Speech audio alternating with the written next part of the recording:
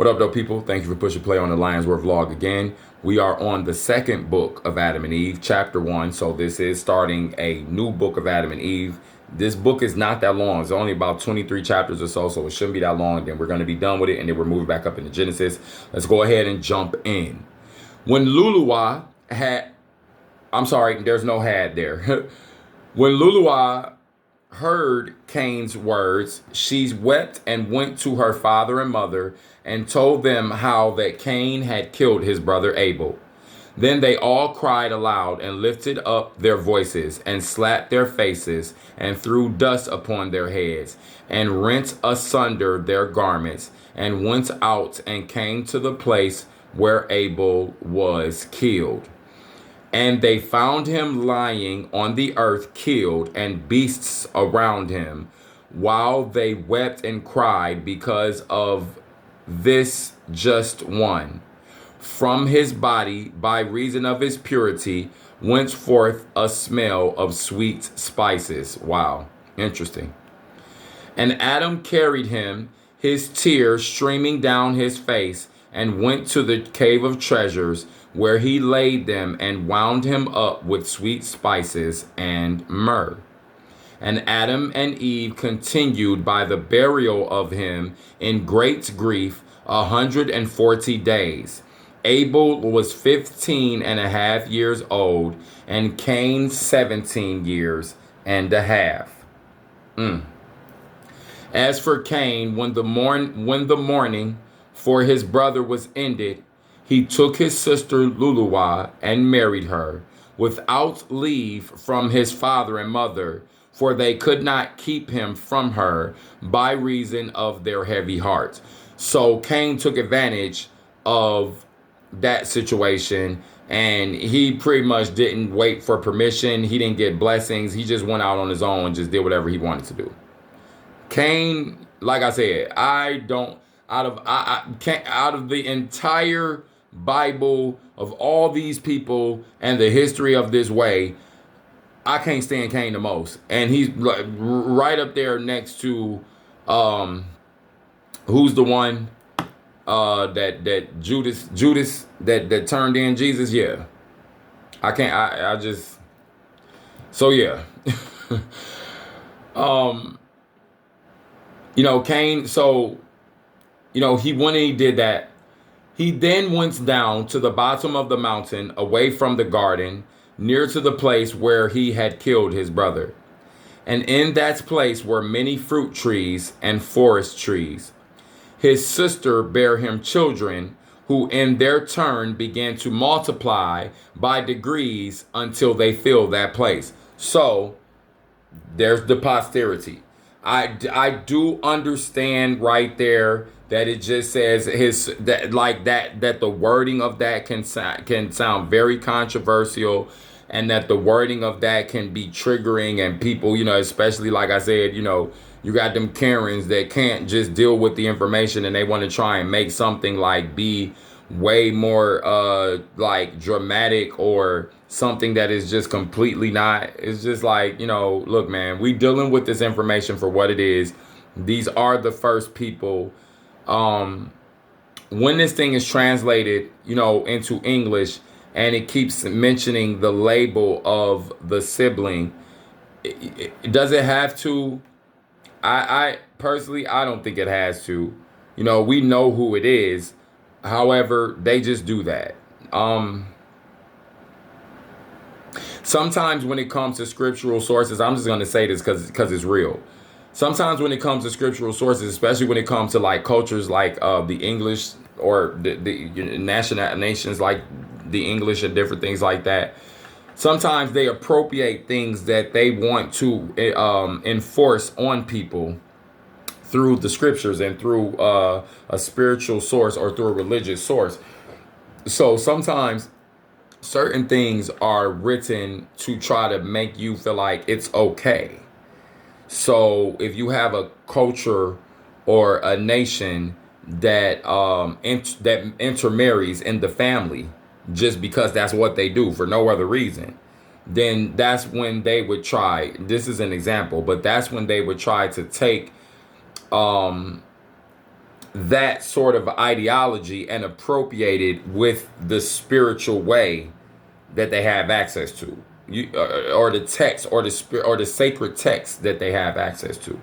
So that's to appropriate something that that they know is kind of off, or maybe that like they don't feel like it's off for them, but they know that outside sources or other nations or countries would look at them like kind of sideways, right? So what do? They appropriate it with the spiritual, with the scriptural, and try and say, like, okay, see, like for instance, if you have a nation that they just intermarry, even though that's not a good practice. These people did it because they didn't have no other choice, right? Like they were the first humans. So when it's mentioning that here, it's not anything weird or rude or nothing nasty or trifling or like all the like pronoun stuff and all these people with their whatever, bro. Like my vlog, I don't care about none of that. So it's just, but I'm just gonna say, like, I know people would like get offended or something. Yeah.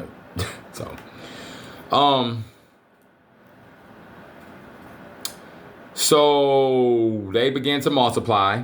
Okay. So Cain now has a posterity that's starting to pop up on the earth.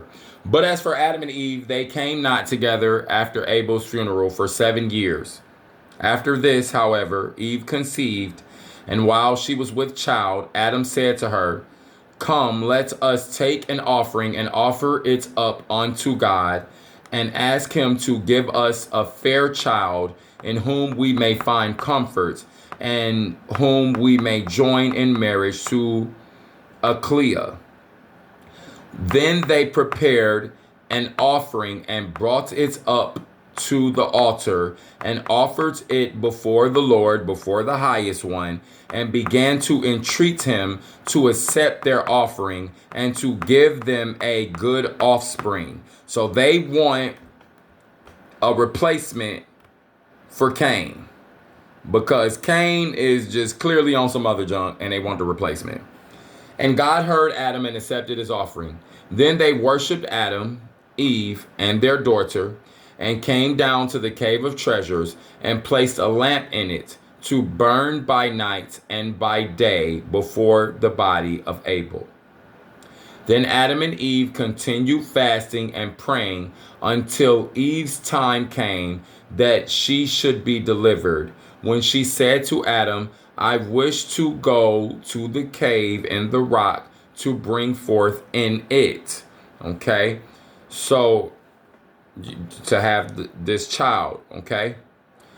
And he said, "Go and take with thee thy daughter to wait on thee, but I will remain in this cave of treasures before the body of my son Abel." Then Eve hearkened to Adam, and went she and her daughter, but Adam remained by himself in the cave of treasures.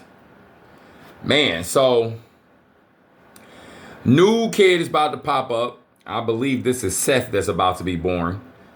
Yeah, man, Abel's gone. Cain now has a posterity and children coming from him. And now Eve is pregnant. And this is where we are. I know this was a shorter video in contrast to the most previous two, but that's this chapter is only 14 verses. And you know what? We might do chapter 2 on this one. Chapter 2 is very short also. You know what? We're going to go ahead. Nah, we're not going to do chapter 2 here. We're just going to go ahead and we're just going to go ahead and end this here. And then after that, let's see, like after, all right, y'all, my bad. I got a little distracted there. After that, then we're just going to move on to keep moving on. I don't know what I was saying. That's it, y'all. If this information resonates with you, please share it with someone. You probably know someone that it will resonate with. Hit the subscription button, hit that notification bell so you can keep up. Like I said, we are moving through. As you can see, we are now on book 2 of the books of Adam and Eve. I've enjoyed this thoroughly. I enjoy what I do here a lot. So I don't really have nothing else. I try and get these videos to be at least 15 minutes. But sometimes some of these chapters are just shorter and the information is just kind of straightforward and it's not really too much commentary to leave because everything is pretty direct and clear. So it's just about reading through it, you know? Because that's what this vlog is more than anything. It's a reading vlog more than anything. I just choose to respond and give my own personal commentary. And as if I'm wrong on my commentary, then the spirit grabs and teaches, which I love. So that's like, that happens a lot on this vlog. Like, you know, we'll read something, I'll say, well, I don't know what that means. Maybe it means this, or maybe, ooh, hypothetically, let's have some fun and say this. And then the next thing you know, in the next several verses or in the next few chapters, we'll end up finding out what it meant. And then we get corrected and then we learn. I think that's a beautiful thing because it shows the process of learning. You don't, no one will ever know everything. You're not perfect. So it's okay to not have it all figured out in front of people and to learn as you go. I don't need to be perfect. I'm not creating a new doctrine. I don't care what these people think. I just don't. I used to care about what people think left and right. Now I just don't, because I realize that the people who I used to care about what they think, they didn't care about me. They didn't love me, because if they did, they would have never had treated me how they did. So I figured out that, well, if that's the case, when it comes down even to strangers and things, and if the people who you thought loved you so much and cared about you so much will do you scantless and kept doing you scantless, and you was just graceful to them until you just couldn't be graceful no more because they just would never stop, well, then you realize, like, you just can't care about what nobody thinks. So I don't care what nobody think. That's for real right there. And that's some commentary for you right there. That's just me being me who I am. That's it, man. Y'all come back for chapter 2. We're now officially on book 2 of Adam and Eve, and we're moving forward. Peace.